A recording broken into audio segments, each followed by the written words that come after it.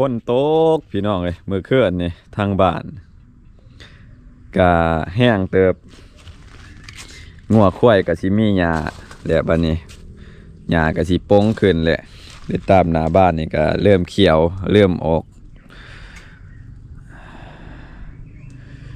สุ่มเย็นแต่ว่าคืนนี่บ่เงินบ่ได้ไปหาจับกบจับเขียดน้ำหมูเพราะว่ามันตก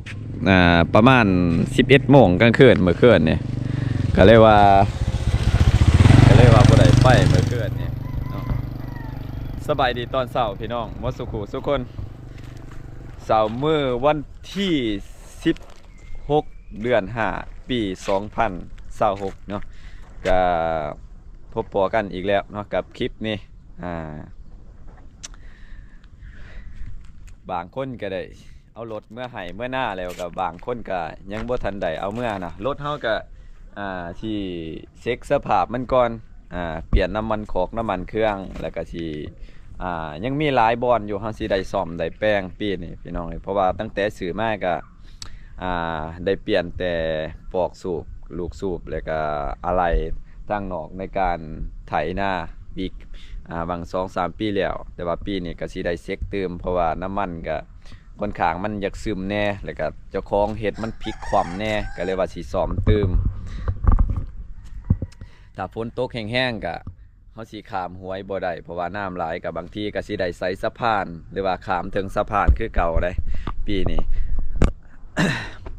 มื้อนี้บัวเงินมีแนวอยากปรึกษา FC แน่เพราะว่าได้เห็นพี่น้องฝั่งไทยเพิ่นเฮ็ดคักหลายก็คือห้องเต้นั่งทับเนาะห้องเต้ที่เพิ่นเฮ็ดใส่ต่อพ่วงกับรถไถนาเดินตามเฮามันก็บ่เงินเบิ่งแล้วมันเป็นการที่ช่วยให้เฮาบ่ได้เมื่อยย่างนํหรือว่าเดินตามนั่นแหละ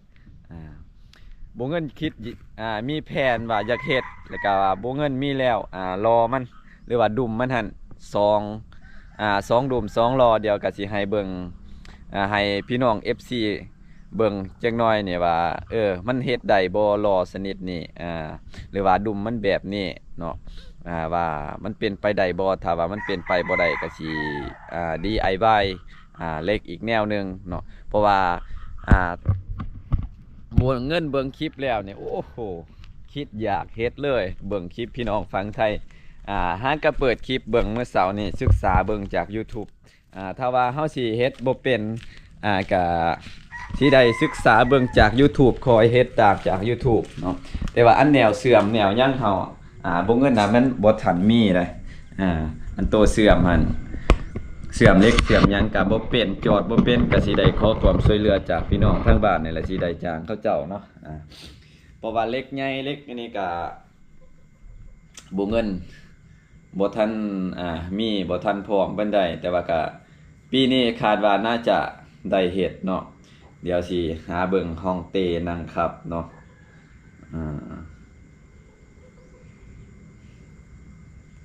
เพราะว่าบ่เงินเห็นแล้วมันอยากเฮ็ดนำเนาะอยากเฮ็ดนำเห็นคลิปพี่น้องฝั่งไทยเพิ่นนี่อันนี้ก็แม่นเนาะอันนี้เป็นเดี๋ยวสิเปิดไฟขึ้นอีกจักหน่อยอันนี้ห้องเต้เอวอ่อนเป็นว่าลองเบิ่งคลิปนี่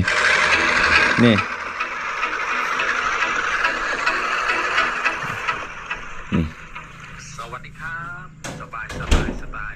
สะดวกสบายเขาเฮ็ด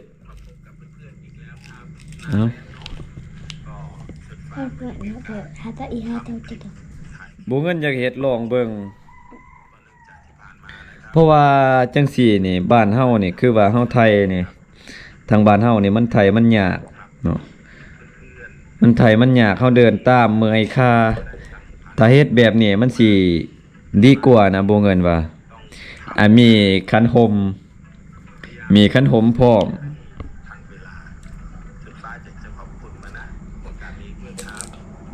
นะสบายห้องเต้เพิ่น เดี๋ยวมีหลายคลิปอยู่บ่เงินจะศึกษาเบิ่งพี่น้องเพิ่นทางฝั่งไทยเพิ่นเฮ็ดเนาะมีหลายคลิปเลยแล้วก็หลายอย่างที่เพิ่นประกอบใส่อันนี้จะเป็นลูกปืนมาประกอบใส่มาจอดใส่เป็นของเตอันนี้ก็แม่นคลิปนี่บ่เงินมักเบิ่งมักศึกษาเบิ่งนี่อันนี้นี่แบบนี้นี่แหละเพราะว่ารถอยู่เฮือนเฮามันก็น่าจะลากได้รุ่นนี้จากที่เราได้ลงคลิปวิดีโอก่อนหน้านี้ไปแล้วนะ ใช่นี่ จากนี้นะครับเราก็เลยมารีวิวรถไถนานะครับครับอุปกรณ์อะไรบ้างนะครับเราจะมาขอแนะนำจากส่วนที่อยู่ข้างหน้าสุดเลยนะครับส่วนข้างหน้าสุดมีอุปกรณ์อะไรบ้างขออนุญาตเบิ่งคลิปพี่น้องเพิ่นถ่าย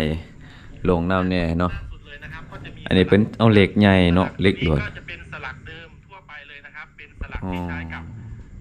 ที่หาซื้อได้ตามท้องตลาดทั่วไปเลยนะครับใส่สลักการเชื่อมต่อสลักขึ้นมาด้านบนนะครับสลักตัวนี้ไปตัดจากสลักตัวที่ไม่ได้ใช้แล้วนะครับเชื่อมต่อขึ้นมาด้านบนนะครับเป็นเหตุกระคักไรอุปกรณ์ตัวต่อมาก็คือบูทนะครับบูทวงกลมตัวนี้นะครับสามารถฉากนะครับเพื่อเสริมความแข็งแรงตรงนี้นะครับส่วนเหล็กข้ออ้อยนะครับเราก็จะเชื่อมเหล็กเขาเอิ้นว่าเหล็กข้ออ้อยเนาะตรงนี้นะครับแล้วก็ยัดเข้าไปในรูนี้เลยนะครับยัดเข้าไปในรูของเหล็กตัวนี้เลยนะครับแล้วเราก็ทำสลักนะครับ ซึ่งสลักตัวนี้มีแค่ตะปูแค่อันเดียวนะครับเดี๋ยวบุ้งกันสิพามาเบิ่งรอมันเรียกว่าดุมมันที่บุ้งกันสิเฮ็ดเนาะบุ้งกันสิเฮ็ดอันนี้เป็นรอของรอเก่าเนาะรอโยใส่โยดินนี่แหละว่าตัวนี้จะ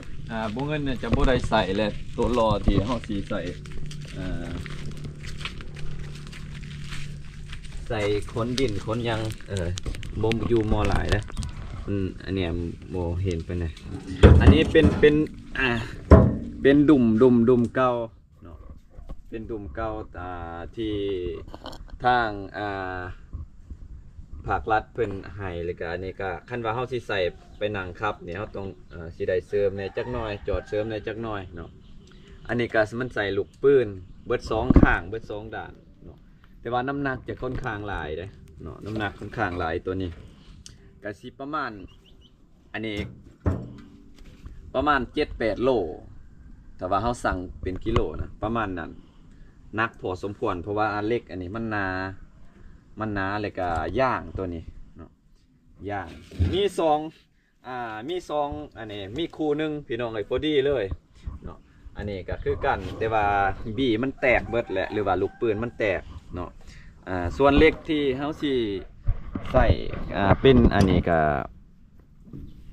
สิเอาแกนเล็กตัวนี้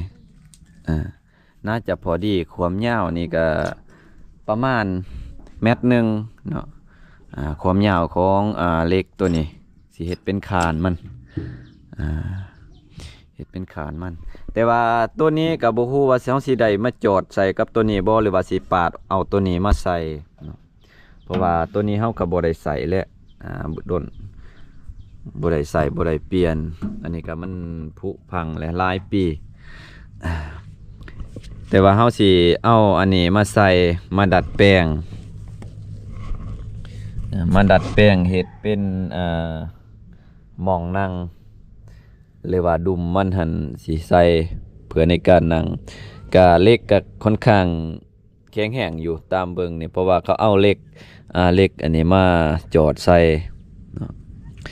ลูกปืนนี่ก็สิได้เปลี่ยนกันว่าสิได้ใส่เพราะว่าเบิ่งแล้วก็บ่เงินอยากลองเฮ็ดนะเพราะว่ามันมีอยู่เฮือนเลยเห็นพี่น้องฟังไทยเพิ่นเฮ็ดแบบว่าคักเพราะว่าเพิ่นได้ใส่งานเบิ่งแล้วก็บ่เมื่อยมันสวยลดแห้งเฮาในเวลาเฮ็ดเวียกเพราะว่าบางมื้อเฮาก็เฮ็ดเวียกเมื่อยๆแน่จักไถจักขาดเด้ย่างก็เมื่อยแล้วพี่น้องเอ้ยสิได้เอาตัวนี้มาใส่มาเฮ็ดลองเบิ่งเนาะเพราะว่าข้านนี่ก็ยาวเติบแต่ว่าเล็กยาวๆเฮาสิเฮ็ดเป็นคอลากก็มันบ่ทันมี เนาะตอนนี้บ่ทันมี แต่ว่าอันนี้นี่แข็งแห้งใส่ได้แน่นอนเนี่ยเหล็กอันนี้ใหญ่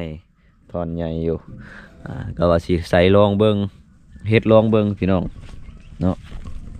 แล้วว่าก็สิต่อกับขอหลากมันเนาะพี่น้องท่านใดที่มีคำคิดคำเห็นแนวใดหรือว่าอยากให้คำแนะนำบัวเงินเติมแนะนำบัวเงินเติมว่าบัวเงินน่ะควรสิเฮ็ดแบบใดก่อนเฮ็ดแบบใดดีหรือว่าสูตรใดมันดีของเต้หั่นนะหรือว่างบใดที่มันประหยัดแน่ก็แนะนำกันเข้ามาเนาะพี่น้องขอขอบใจฝากให้คำคิดคำเห็นนำแน่พี่น้องฝั่งไทยก็ได้เนาะขอบใจหลายๆ